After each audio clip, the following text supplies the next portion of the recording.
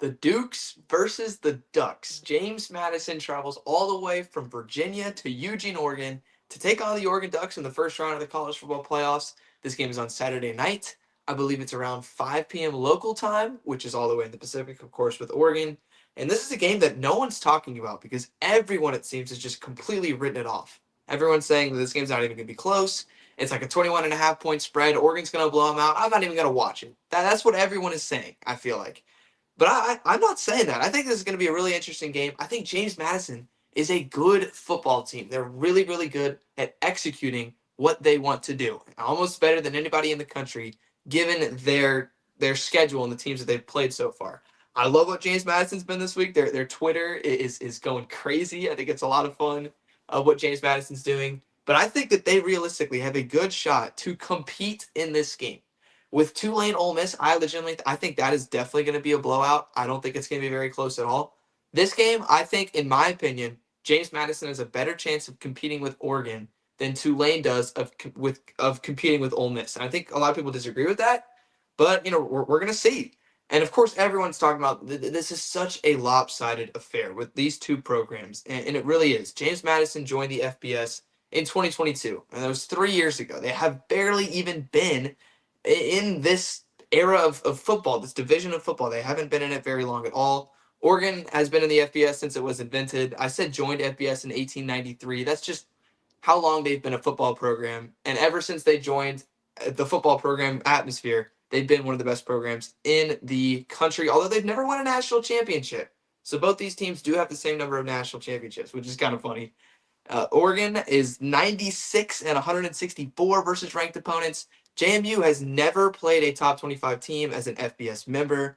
James Madison has never beaten the Big Ten. They're 0-3 all time. I think they played Maryland 3 times. I think that's where that comes from. And Oregon is 53 or 55-3 versus the Sun Belt. So these teams could not be more different in geography, in program history, in uniforms, and everything. This is a clash of cultures and a clash of two teams that have never played each other before.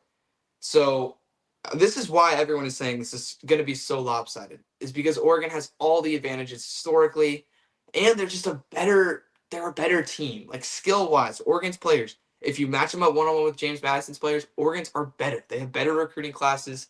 Their players will go on to achieve, big things in the National Football League. At least some of them will. Isaiah World, Evan Stewart, I believe, if when he gets healthy, which shouldn't be in this game, but he will be really, really good. Dante Moore, of course, will go in the first round. James Madison doesn't have as many of those players, but they do have an offense that has been clicking this year. I mean, they're third in the Sun Belt in yards per game, and this is an offense that I know not a lot of people know anything about James Madison. They can run the football really, really, really well.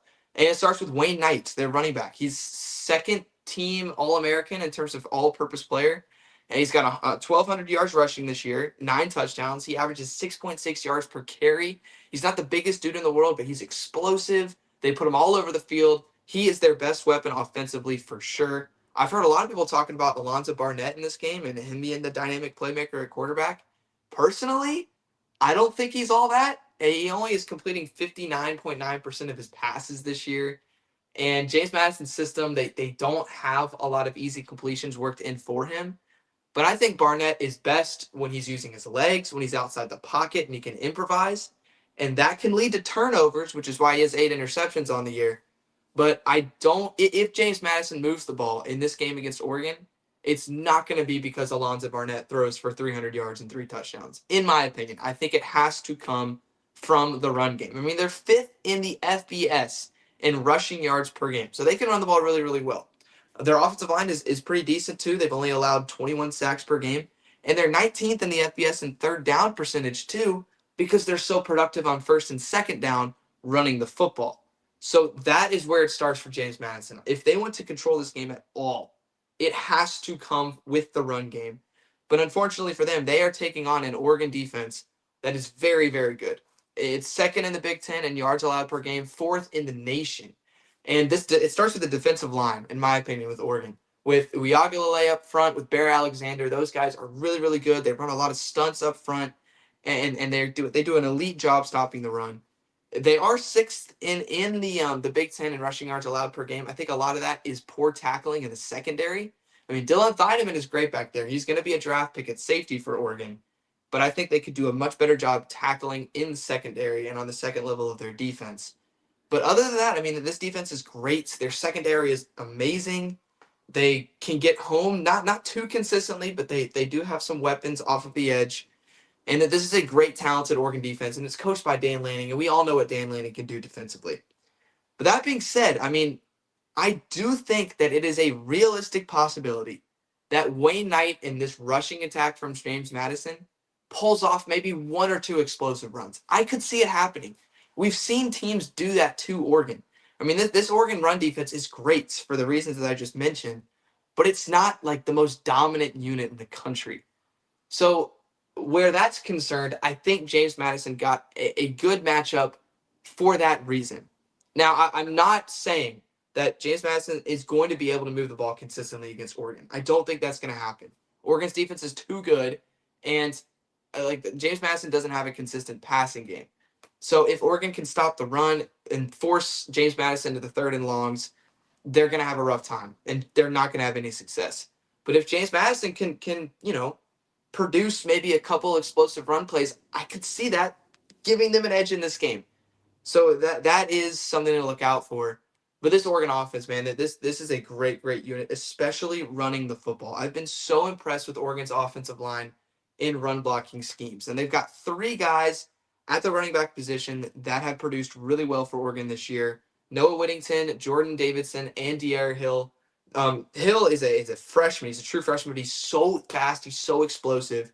Whittington is just sort of the all-around back that they use on almost all three downs. And then Jordan Davidson is a bigger running back they put in power scenarios. All of those guys are averaging over 6 yards per carry.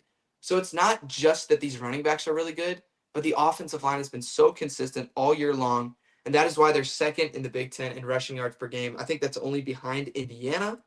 So the running game is not a problem for Oregon. It hasn't been all year. They can lean on that, which is so important, not just in this game, but throughout the entire playoffs. Because if your quarterback is struggling, whether it's Dante Moore or anybody in the country, if Dante Moore is struggling, they always have the run game to lean on, which again is so important. It's like a common denominator amongst football teams. I mean, this offensive line, they've only allowed 14 sacks all year. They're 15th in the FBS in third down percentage, again, because they are able to be so efficient on first and second down running the football. And they've only turned the ball over 9 times all year. So credit Dante Moore for taking care of the rock. That being said, as good as this run game has been for Oregon, I have a lot of questions about the passing game, not just because they're only 6th in the Big Ten in passing yards per game, but because they are so banged up at the receiver position. Evan Stewart went down. That he was going to be their main X receiver this year, transferred from A&M. He got injured before the season started, has not played a snap all year long, and he should still be out. I know a lot of Oregon people were saying, we hope to get him back if we make a run in the playoffs. He could play for us later down the stretch of the year. I don't think he's going to play in this football game. And the word is still out on DeCorian Moore and Gary Bryant Jr. I think they're game time decisions, but even then, their receivers are not at 100%. I mean, even if they play, even if they suit up and go for it, I mean, they're really talented guys, but they're not at 100%. I think that's very, very worth noting. So that being said, I mean, Dante Moore, he's a great athlete. He's a great ball player. But without his best receivers, I mean, we'll see. Malik Benson has stepped up for sure in their absence. But we'll see if Moore can compete against a James Madison defense that is really, really good. This is the strong suit of this team, of this James Madison team, is their defense. I mean, Bob Chesney has this unit clicking on all cylinders. They are first in the Sun Belt in yards per game allowed, first in passing yards per game allowed, and first in rushing yards allowed per game. They're also first in the Sun Belt in sacks. They're fifth in the FBS in third down percentage. I mean, this is a really, really good defense, and no one is talking about it. I mean, they're allowing the second least amount of yards in college football, just behind Ohio State. Like, this is their pride and joy at James Madison, is their defense. And a good thing about defense is defense travels. Like, you always get worried about your offense playing in a ruckus environment because the crowd noise is going to be so loud. It's going to be crazy in Autzen Stadium. But that's not going to affect this defense. And they're going to play some good ball. And I think a lot of what James Madison likes to do, I watched some of the Troy game. They like to play a ton of bump and run man coverage on third downs. and they're good at it. Like their corners can cover one-on-one. And just like I mentioned earlier, Oregon's receivers are a little banged up. Like I don't know if they are completely ready to consistently beat man coverage on third and long. I could say that, and Malik Benson could just go out there and torch James Madison corners. I could be completely wrong. But I think if James Madison can get Oregon to third downs in obvious passing situations, and they can run man coverage and they can cover these receivers like they've done all year, I mean, they're fifth in college football on third down percentage defensively. I think that could be an edge. I think the goal for James Madison defensively in this game, stop the run on first and second down and get to third and long. If they can get to third and long and they can lock up these receivers, I think it's possible that they can at least create some havoc on this Oregon offense. I mean, all this being said, I'm giving James Madison a shot in this game. I'm saying if they can run the ball well, which they've been able to do all year, and if they can play good defense, stop the run on first and second, and then clamp on third down, they have a chance. But that being said, this Oregon roster is just so much more talented. This is a better Oregon team player wise than James Madison has. They're better coached. And so because of that, I am taking Oregon to win this game, but I think it's going to be lower scoring than what people think and a little closer. And this is not a knock on Oregon. I think Oregon's great. I have Oregon going all the way to the Final Four, I think, in this bracket until they lose to Indiana. But I just think James Madison is a really solid football team. And the only reason, like James Madison could get blown out. I could see that happening. And the reason that I think they could get blown out is not because of how good of a team they are. It's because of how they handle this game. Like James Madison, their coach is leaving to go to UCLA. You know, Bob Chesney is out after this year. So does he give full effort to prepare his team for this game? I think so. Because I really like Bob Chesney. I think he's a great football coach. And I think he's going to have his team ready. But also, like James Madison is the only team in college football that threw streamers in the air after they got announced in the college football playoffs. Their Twitter's been going crazy. Like, this is the time of our lives. We're in the playoffs. This is so amazing. So they could have, and we saw this with Indiana last year. We kind of saw it a little bit with Clemson, where they were just so excited to be in the playoffs that was their national championship. Like they were like, oh my gosh, we made the playoffs. We've achieved everything we want to achieve. That's it. We're done. We don't even have to try in the playoffs because we've already achieved something so great. James Madison might have that mindset. They might be in the mental space of, wow, we've already accomplished this great feat. Just in our fourth year of being in the FBS, we are in the playoffs. Like that is so amazing that we're not even going to prep for this game. We're going to take it off. And if that's the case, then yes, Oregon will blow this team out because Dan Lanning is one of the best motivators in the country. But I love this James Madison defense. I think they're really, really good. And I think that they can at least contain Oregon's offense a little bit. That being said, I think Oregon's run game is too explosive, and their defense is just going to fly around the field in this game. So I still have Oregon winning, but I think it's going to be a little closer than the experts think. If I were to bet this game, I would bet the under. I would maybe stay away from taking James Madison on the spread just because I don't know. Like they could get blown out for sure.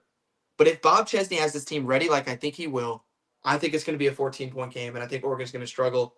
They're going to get it done. But if James Madison wins, they have to win the turnover battle. They have to win the special teams battle. They have to establish some sort of a run game with Wayne Knight, and they have to limit the explosiveness of Oregon's run game and play good man coverage. If they can do those things, there's a chance. But I just don't think that all of those things are going to happen, and I do think Oregon's going to win in advance to take on Texas Tech in the Orange Bowl. So with that, thanks so much for watching. If you take one thing away from this podcast, it's not that I love James Madison or that I think Oregon's going to win, but it is that we are made on this planet to enjoy God's love, and that is where we will find our most fulfillment on this planet. No matter who we're with, what we're doing, or where we are, God is always with us. And if you're feeling stressed out or if you're confused or whatever, just know that God is there. He's listening to you, and the Holy Spirit, He's got you. So you don't even need to worry about it. So thanks so much for watching. God bless, and enjoy your college football playoff Saturday.